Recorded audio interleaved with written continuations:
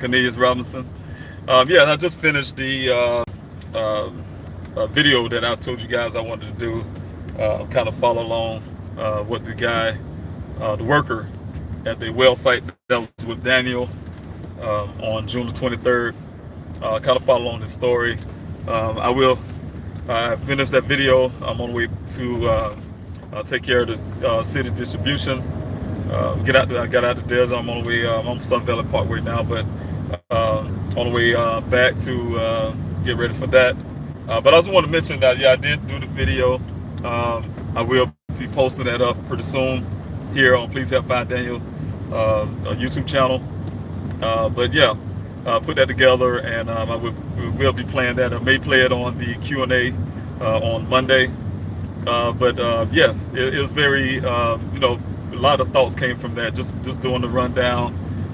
More and more, just keep looking at it over and over again. Sometimes you have to, when you're doing that investigation, one of the biggest things is the last person that saw a person that went missing, first of all, should not just run off.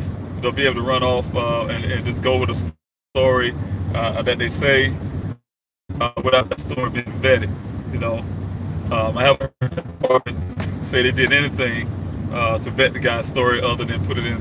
I mean, literally, the day of my son going missing, they took the guy's story, told me the story. So they bought the story. They couldn't have to do a run through. They called the guy. They told me I called the guy. We talked to the guy, and he told us the story. So that's a story they gave me, a family member, me and my family, gave us that story, and. Anyway, they gave us the story and ran with it. And that same story, ended up in their report, unchanged. I mean, and the reason why I know it was unchanged because I heard the story twice from two different officers who told me the same story about this guy at the well site. Said my son just waved off and the whole 9 yards, the whole story, right? And like I said, they put in their report, and before they put in their report. I went to go talk to this guy, and I'm sure they already had the report. I didn't see the report at the time, but I went to go talk to this guy when I got to Arizona, and he told me the same story, but then he changed it. He changed the story. So I did the follow along based on the story he told me personally, and with the witnesses I had, and I reported that to the Buckeye Police Department, and they have not put that in there at all. Anything I had to say, anything I say, the only thing they put in the report is a lie that I said that my son was in love with a woman he didn't know. They put that lie in their report, but everything that the truths of things I had spoke about to them, they have yet to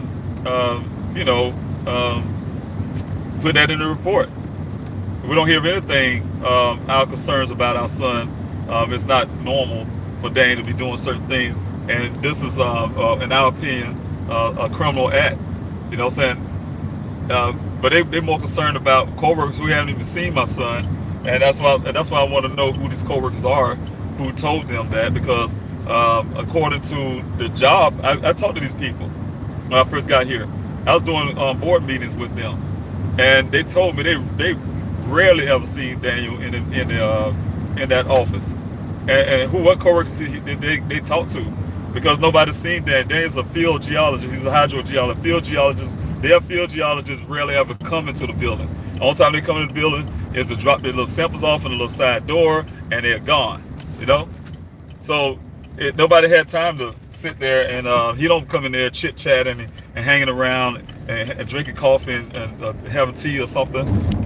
So all the story just don't make sense. It's this laziness from that department at the beginning.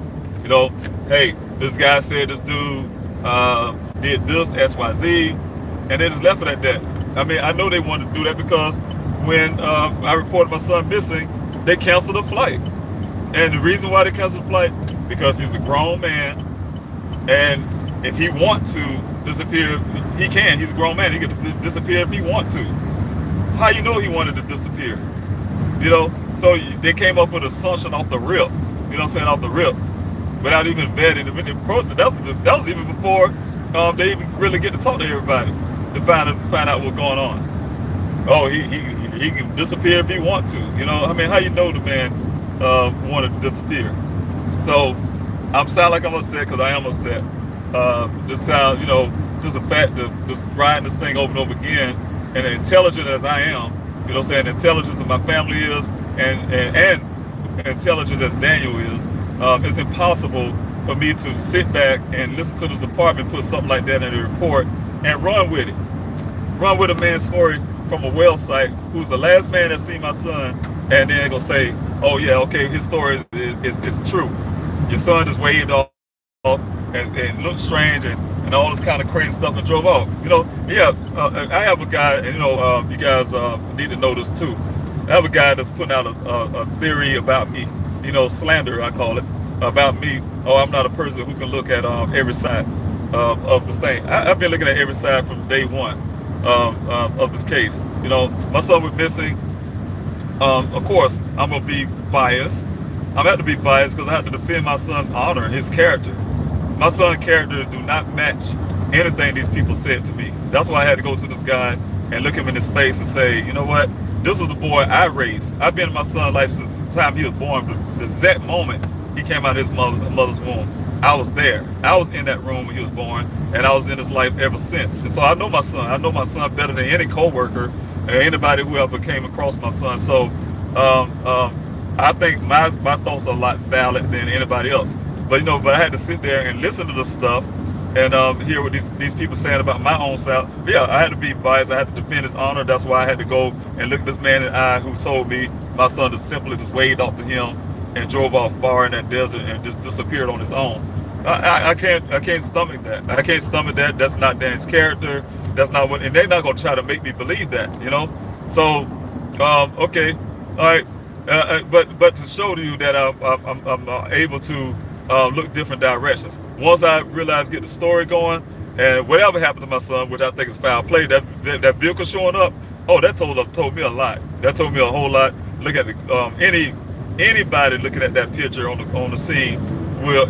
I guarantee you, if it was Chief Hall or whoever, one of their children, and that happened to them, and they would never look at that scene and say, no, well, we don't suspect no foul play.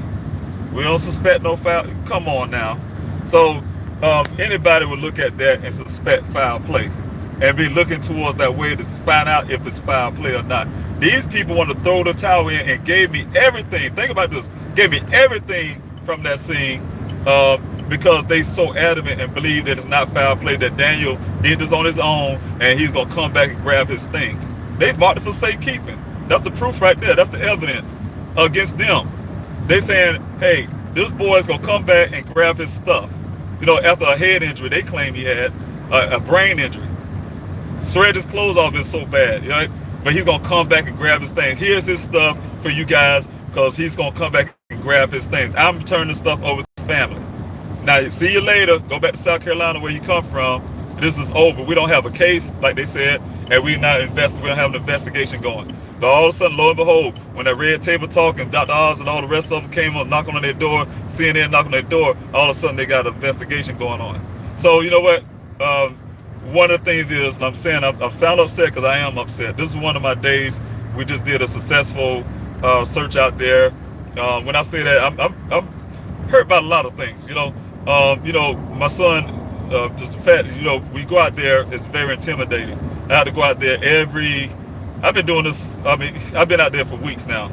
I just lose track. I just stopped counting. I leave it to my logistics coordinator, search coordinator, Evan Smart. I leave it to him to do that, you know, because at the point, I try to take my mind off a lot of stuff because, you know what, it's very hurtful when you go out there. Every time you have to go out there and search for your son, and then you look at that desert, it's so intimidating, you know. I mean, it's very intimidating because, you know what, we found human remains out there and nobody's talking about that. Like, you don't see the FBI knocking on our doors and Mr. Robinson, thank you for finding these human remains of other people on somebody else's property and all the stuff. They don't even come out there. I don't see that department put a crime scene tape out once since I've been out there in that desert. One time because I demanded some stuff on that one time. But you know what? when I have to look at those remains on the ground like that, that stuff scares me. You know what I'm saying? Because you know what, the last thing is I want to see is my son in a situation like that. You know, and it's like I said, it's hard when you look at the numbers. You know, the numbers are getting really small out there in the desert. I get it. People probably, you know, and people give y'all show a lot of love, and I really try to make sure I be careful the way I say it. But you know what, I kind of get it. You know, my son been missing for going on 10 months. You know, we're not out there looking for a rescue mission. Let's go rescue this guy and go find him. So it was a big urgency. I mean, people's out there, man. I mean, 100-some people, sometimes almost 200 people out there, just out there, right? We out there from it was at 5:45 back then. The search supposed to be over at 11 o'clock in the morning to get people out there desert. 10:30, 11 o'clock, and we stayed out there at 4 o'clock in the afternoon searching for Daniel, right? But now, you know what I'm saying, I'd be lucky if I get 20 people. I'm saying, you know, I'm not complaining, but I'm very happy for everybody who's out there help searching. But I get it. After a while, people say, hey, yeah, it's been this long. I mean, this man's still looking for his son. Yes, I'm looking for my son. If you guys come out there to that search out there, you'll see why. You know what I'm saying? It can be very intimidating for me to know that we found other people's remains out there, bringing some closure to somebody else family in some form or fashion. You know, I mean, it's hurtful. It's hurtful because, see, every time that happened, I say, you know what if we missed something? All thing I can see when I'm out there is my son possibly laying on that ground and we missed him, and he just got to lay there, you know, so nobody find him, you know, that type deal. So I had to deal with that every time I go out there. So, you know, so every day for me, it just starts over and over and over again when I'm out there in that desert. Only thing that made me feel half great is the fact that people come out and show you love, and also the fact that I don't know what happened to my son totally out there. So I give me a glimmer of hope that somehow he's out that desert. All this is a waste of time, and you know, that's why I had to send the distributions to whatever I have to do. I get all of that going because, like I said, you know, trying to make that awareness, spread out the word, and spread out the information as far as I can. All that is because, you know, if my son's out there somehow, somebody's not telling me something, you know, all thing I can do when I go to like the mental health wards, to the hospitals, to wherever, all thing I can do is give them flyers and ask. You know, these people are not gonna say, hey, yeah, we're gonna give you patients information. I'm not Buckeye. I'm not the law enforcement who should be out there doing that kind of stuff. But you know, they're leaving up to me to do stuff without those kind of powers. I don't have powers to look past. Well, I forgot what you call the thing where you can check somebody's medical stuff. So you know what? Or they ain't gonna tell me who they have in the hospital and things like that. So I was kind of hoping that, you know, by putting out things like that, people, a worker who may be at one of those facilities say, hey, I seen a guy in this facility look like that, or whatever the case may be, and say something. So that's the reason why it's so important to get these flyers out. So important for me to keep on using a YouTube channel, to Twitter, Twitter, to TikTok, or whatever the case may be. All of it. I don't care what it is. All of it, just to try to get my son's story out there, because I don't know what happened to my son, and it's sad. It is 10 months, and I'm still doing this without law enforcement's help.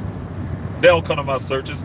Them jokers they can care less. All thing they can care about is trying to make themselves look good, and not being man up to all the mistakes they made at the beginning. You know what I'm saying? Can't take a damn to spend on that out there in that desert searching for him. They spent a dime to get their own investigator to try to bolster their little crazy behind theory they got going on. Yeah, they went to go put money towards that, and then put money towards a drone that I asked for. They put money towards underwater cameras that I asked for them to bring out to those search. They came to my search empty-handed, and then when they did come empty-handed, they promised me for days that they was gonna come out there and search one well site that Daniel wasn't even at. Supposedly, they did that one well site with cameras that couldn't even go underwater. You know what I'm saying? Give me some BS type treatment and think I was gonna say and be satisfied with that somehow. Then check under the water like they're supposed to, in the water like they're supposed to, and I was supposed to accept that and be happy somehow. And then bring some little dog. I'm still gonna put that picture up. Some little dog that looked like a household pet. you know, and say he's a cadaver dog. And then they had this cadaver dog, or dog, well, I call it a cadaver dog, had another dog that looked like a cadaver dog inside the vehicle. He kind of stuck his head out for a second. I'm like, that dog looked more like a cadaver dog to me. And they had the little white little dog running, the little cute little thing, somebody's pet, and running around, and they running around the well site. He ain't alerted on nothing. I'm like, but he don't even look like a cadaver dog. So I took a picture of the thing. I asked Lieutenant Angel for paperwork that would tell me if this dog is certified, and I'm still waiting on that paperwork. You know, so the thing is, what I'm saying is, and I know I sound like I'm mad because I'm uptight because I am, but I just want to say that you know, after all of that, I'm going out here to the scissor distribution. If you guys want to, you know, pass out flyers, want to get flyers, you can come out there at 315 off East McDowell Road, and in Phoenix, behind the Walgreens. I'll be there at 315 for you guys to grab those flyers and you know, get them out there. You know, I'm tired. We've been out there working, and I've been doing some stuff, doing these videos, and go check out some other stuff in my investigation out there in that desert. And I'm just leaving. The volunteers left over an hour or so ago from out that desert, but I had to go stay behind and do some stuff. But you know what? I'm tired. But you know what? If you guys want to go out and pass these flyers out to these malls, like we do sometimes, the malls, and put them on cars and whatever we may do, walk down near the college campuses or whatever, I'm willing to do that too. If you guys want to, if you guys can come out, please come out this evening, for this afternoon at 3:15. Like I said, East McDowell, here in Phoenix. I'm not there yet, but you know, come out and pass those flyers out. That'll be so helpful, and I'll be truly grateful for that. So again, like I said, the searches won't be next week.